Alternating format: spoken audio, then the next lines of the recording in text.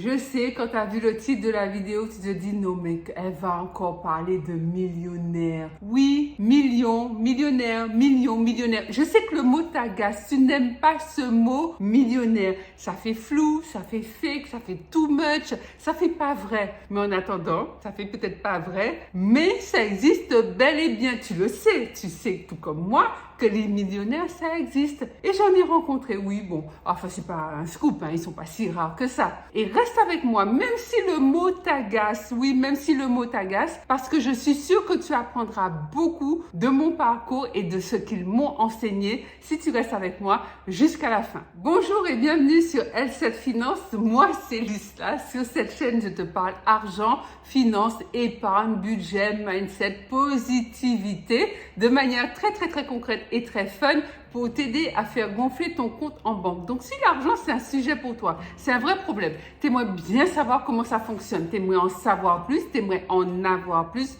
ne bouge pas, abonne-toi mon ami, car cette chaîne c'est la tienne et parlons finances. Je t'informe que j'organise une superbe masterclass parfaitement exceptionnelle et 100% gratuite. Je te mets toutes les infos en barre de description ou dans le premier commentaire épinglé et je te dis à très vite dans cette masterclass. Profites-en, inscris-toi, c'est gratuit. Je te serai infiniment reconnaissante si tu prends quelques minutes de ton temps pour regarder la vidéo que YouTube te proposera juste après celle-ci. Entrons dans le vif du sujet. La première habitude que j'ai apprise des millionnaires que j'ai rencontrés, c'est que ce ne sont pas des gens qui parlent énormément au téléphone. En fait, ils discutent rarement au téléphone. Ils utilisent beaucoup tout ce qui est texto, tout ce qui est audio et quand ils font une note vocale, elle est hyper courte, hyper précise, concise, droit au but. Donc ça dure quelques secondes. C'est pas comme mes notes vocales à moi qui durent 5 minutes.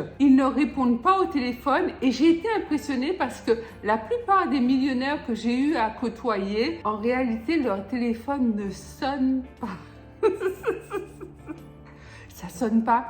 En fait, c'est même pas sur vibreur, c'est carrément sur silencieux. Ça veut dire que même si tu essayes de les joindre pour une urgence, en fait, s'ils n'ont pas le regard scotché sur le téléphone au moment où tu les appelles, ils verront jamais ton appel ou alors ils le verront quand ils regarderont le téléphone, mais en tout cas, ils n'entendront pas l'appel. Et en fait, le fait de texter en permanence, ça leur permet d'être vifs, d'être rapides, d'être sur le qui-vive. On leur pose une question, ils répondent ou s'ils ont besoin d'une action, ils la demandent, ils envoient un texto à telle ou telle personne, fais ça, comme ci, comme ça, et ça va très vite, c'est des mots. Et du coup, ils textent sur WhatsApp, sur Telegram, enfin bon, sur même d'autres applications éphémères. Tu as certaines applications où quand tu envoies un message, le message s'efface au bout de 2-3 minutes, enfin tu peux paramétrer ça, et ils communiquent beaucoup là-dessus parce que c'est aussi une histoire de données sensibles. Tu vas me dire, mais pourquoi ils font ça? En fait, c'est parce qu'ils connaissent la valeur du temps. J'ai déjà eu l'occasion de te dire que le temps, c'est ce que tu as de plus précieux.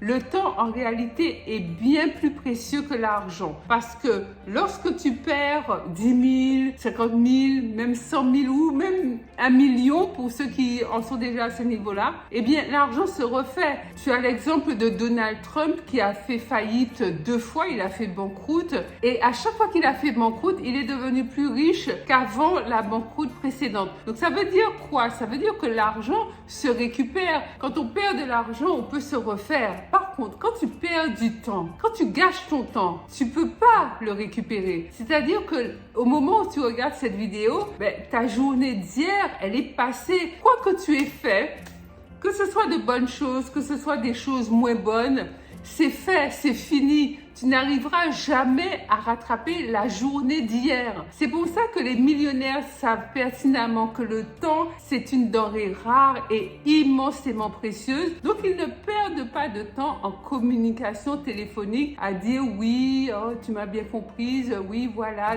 question, réponse, etc.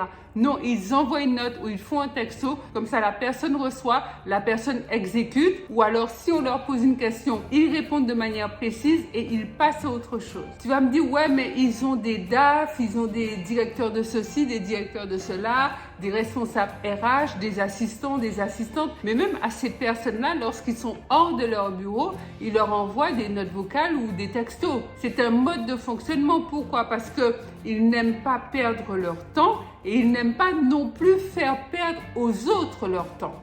Deuxième habitude, c'est qu'ils sont experts justement en comment ne pas perdre de temps. Et ça me rappelle l'histoire qui est assez connue de Mark Zuckerberg, le fondateur de Facebook, qui lui a dans sa garde-robe toute une série de vêtements identiques, des t-shirts généralement d'une même couleur, des jeans. Donc voilà, c'est très très basique. Pourquoi? Parce que il explique qu'il veut pas rester devant sa penderie à se demander comment il va s'habiller. Donc il prend un t-shirt, donc comme c'est la même couleur qu'hier, donc il se pose pas 10 000 questions, il s'habille et il part. J'ai également entendu, alors là c'est pas un millionnaire que j'ai côtoyé, mais j'ai entendu cette histoire d'un millionnaire qui avait rendez-vous pour un rendez-vous d'affaires dans un restaurant, et lorsque le serveur est arrivé avec la carte pour pouvoir commander le déjeuner, le millionnaire lui a remis sa carte en lui disant « épatez-nous ».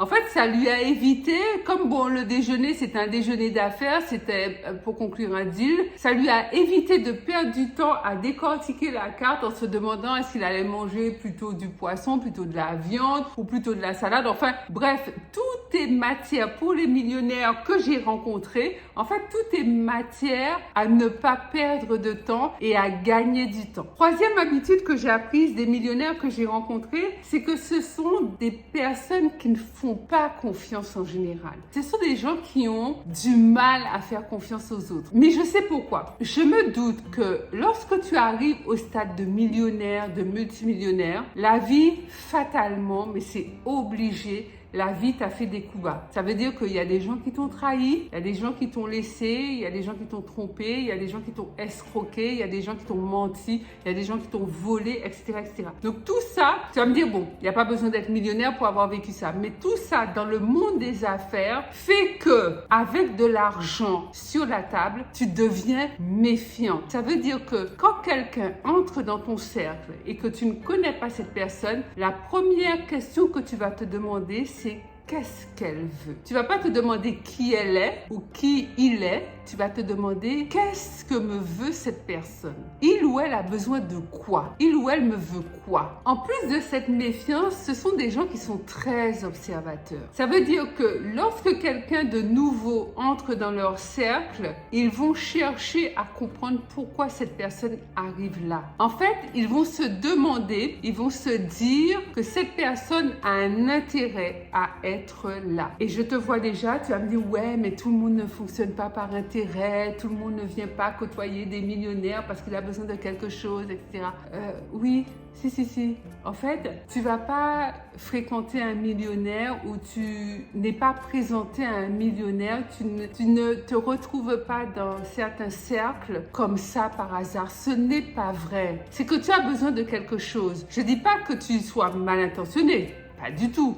Mais de toute manière, il faut dire la vérité. Tu as besoin de quelque chose. Tu n'as pas forcément besoin d'argent, mais tu peux avoir besoin d'une relation, tu peux avoir besoin d'un conseil, tu peux avoir besoin peut-être d'une porte d'entrée, tu peux avoir besoin qu'on te présente à quelqu'un, peu importe, mais tu auras besoin de quelque chose, sinon tu ne te retrouverais pas dans ce cercle-là. Et le conseil que je peux donner aux personnes qui sont intéressées à upgrader leur vie, à intégrer un certain cercle de millionnaires ou de multimillionnaires, c'est de ne pas chercher, à profiter ou à demander tout de suite quelque chose. On peut proposer ses services, on peut vouloir travailler gratuitement, par exemple, pour apprendre telle ou telle ficelle. Si par exemple tu veux travailler, je te dis n'importe quoi, dans l'immobilier de luxe et qu'on te présente un grand patron d'une agence immobilière spécialisée dans le luxe, tu n'es pas obligé tout de suite de lui demander les rouages, les ficelles de son métier. Propose de travailler, de faire un stage t'es pas obligé de travailler toute ta vie là, mais déjà, propose tes services gratuitement. Pour moi, ça a énormément de poids et ça aide. Ça aide déjà à se faire bien voir dans le sens où, du coup, on n'est pas taxé comme une opportuniste ou une arriviste. Tu es là comme quelqu'un qui, certes, a besoin de quelque chose, c'est-à-dire d'acquérir un certain niveau de connaissance, mais tu es prêt à en payer le prix, c'est-à-dire à donner de ton temps gratuitement. Et tu vas me dire, c'est pas parce que ces gens-là n'auraient pas les moyens de te payer, bien sûr qu'ils ont les moyens de te payer, mais c'est juste ce que tu mets sur la table en fait. Et c'est là toute la valeur, c'est là toute la différence, parce que nous sommes dans un monde où les gens cherchent toujours à prendre. Ils veulent prendre, ils veulent récolter sans jamais avoir semé, ils veulent avoir du bénéfice sans jamais avoir rien proposé en contrepartie.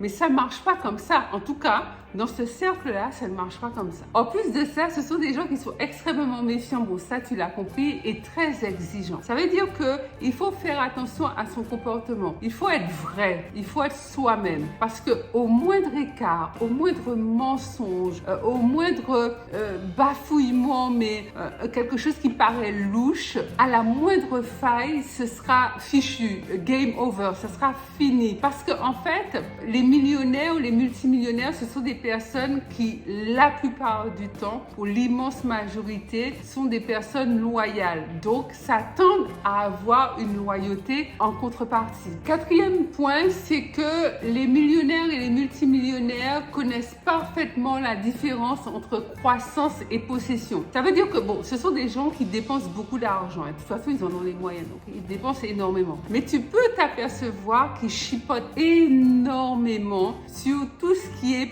possession. Ça veut dire qu'ils vont pas dépenser un fric fou anormalement élevé sur tout ce qui est possession, sur tout ce qui est bien matériel, si tu préfères. Par contre, ils sont capables de claquer énormément d'argent sur tout ce qui concerne tout ce qui leur permet d'avoir une croissance pérenne ou d'accélérer leur croissance. Alors, je te donne un exemple. Par exemple, tu peux trouver complètement absurde qu'un multimillionnaire ou qu'un milliardaire dépense, je sais pas moi, 50 millions sur un jet. Mais en fait, c'est parce qu'il sait, que ce jet va lui permettre de gagner du temps lorsqu'il se déplace entre deux villes, par exemple. Il va pas avoir nécessairement la queue à faire pour aller enregistrer, passer tous les contrôles, etc., etc. D'autre part, lorsqu'on a un jet privé, c'est aussi affirmer un statut. Dans ce cercle-là, c'est vrai que ça peut paraître en décalage par rapport à ce que vit la majorité des gens. Quand tu as un jet privé, tu n'as pas le même statut que quelqu'un qui n'a pas de jet privé. Et ça a de l'importance. Ça peut te paraître étrange, bizarre, mais ça a de l'importance. C'est-à-dire que le statut est différent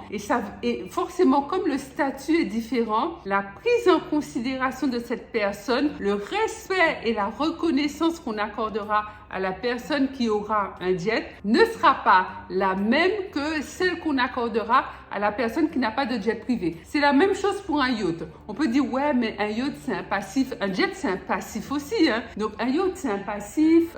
Quand on est millionnaire, multimillionnaire, à quoi ça sert de s'acheter un yacht? Mais en fait, ils savent très bien que sur leur yacht, ils peuvent convier des personnes qui sont high value businessmen. Tu vois, des gens, des businessmen de haute valeur qui ont quand même, qui jouent dans la cour des grands ou des très grands. Et donc, des deals peuvent se conclure sur des yachts privés. Donc, c'est pas juste avoir un yacht pour flamber. Souvent, ils regardent derrière ce que ça peut leur apporter, comme je te disais, en termes de croissance pérenne ou de croissance exponentielle. Et à contrario, lorsqu'il s'agit de biens matériels ou de possessions, ils deviennent par moments extrêmement frugales. Généralement, ce sont des gens qui ne sont pas bling bling, qui s'habillent pas de vêtements griffés ou de designer. Je peux te citer l'exemple bien connu de Warren Buffett, l'investisseur le plus riche du monde. Lui, depuis qu'il a commencé à amasser sa fortune, je crois qu'il a commencé à devenir millionnaire, multimillionnaire, il devait avoir peut-être 30 ou 40 ans, pas jeune, hein. Eh bien, depuis, il vit toujours dans la même maison. Apparemment, il roule dans la même voiture. Alors, par contre, ça, je me me demande si c'est vrai parce que quand même depuis le temps, sa voiture devrait être un peu abîmée quand même. Mais bon, en tout cas, c'est la réputation qu'il a. Et c'est vrai que quand je vois Warren Buffett, il fait pas énormément d'apparitions publiques, mais quand on le voit, c'est quelqu'un qui est hyper simple, méga simple. Un peu comme Bill Gates ou Mark Zuckerberg, en fait, tous ces gens-là, quand on les voit, ils sont pas dans la démesure. Tu les vois pas tout le temps en train de flamber avec une coupe de champagne à la main, sur un yacht ou sur un hors-bord ou dans un jet privé. Enfin bref, ils en ont peut-être un, mais ce sont pas des gens qui aiment se montrer, faire un étalage de leur richesse. Leur apparence dans les médias est très simple. Cinquième élément important que j'ai compris de la part des millionnaires que j'ai rencontrés, c'est que ce sont des gens qui ont des problèmes, tout comme toi, tout comme moi. Sauf que leurs problèmes, ce sont des problèmes de riches en fait. Par exemple, ils peuvent avoir le problème du jet privé qui a une panne moteur alors qu'ils ont un deal à signer dans 1 heure et qui se demandent mais comment ils vont faire, ils sont à 2 doigts de louper le deal et voilà, il va falloir trouver. Tu vois, ça c'est des problèmes de riches en réalité, mais ce sont des problèmes quand même. Fondamentalement, ce sont des gens comme tout le monde, des personnes lambda comme tout le monde. Si tu les croises dans la rue, tu vas pas savoir qui est millionnaire, qui est multimillionnaire, qui est milliardaire. Ce sont des gens qui veulent être heureux, qui veulent avoir une belle vie. Ce sont des gens qui pleurent parfois, qui sont aussi tristes. Des êtres humains, quoi. Le propre de l'être humain, c'est d'aimer, d'être aimé, de vouloir être heureux. La vie est faite de problèmes. Il y a des problèmes de riches, il y a des problèmes de classe moyenne, il y a des problèmes de pauvres, mais bref, problèmes tout de même. Voilà, mon ami, ce que je voulais partager avec toi par rapport aux 5 habitudes que j'ai retenues des millionnaires que j'ai eu à côtoyer. Dis-moi en commentaire peut-être quelle habitude t'a le plus étonné. Je me ferai un plaisir de te lire et de te répondre, bien sûr. Je te rappelle que j'organise une masterclass 100% gratuite. Tu as toutes les infos en barre de description, également dans le premier commentaire épinglé. Inscris-toi, c'est gratuit, profites-en. Pense à liker cette vidéo, à t'abonner. Abonne-toi, mon ami, si tu n'es pas encore. Comme ça, notre belle communauté L7 Finance s'agrandira en te comptant toi aussi parmi nous. Tu peux me retrouver dès à présent sur Instagram. Mon compte, c'est L7 Finance. Autrement, je te dis à mercredi et à samedi ici même sur YouTube et je te laisse avec cette vidéo là, c'est pour toi, vas-y, regarde-la et à très vite.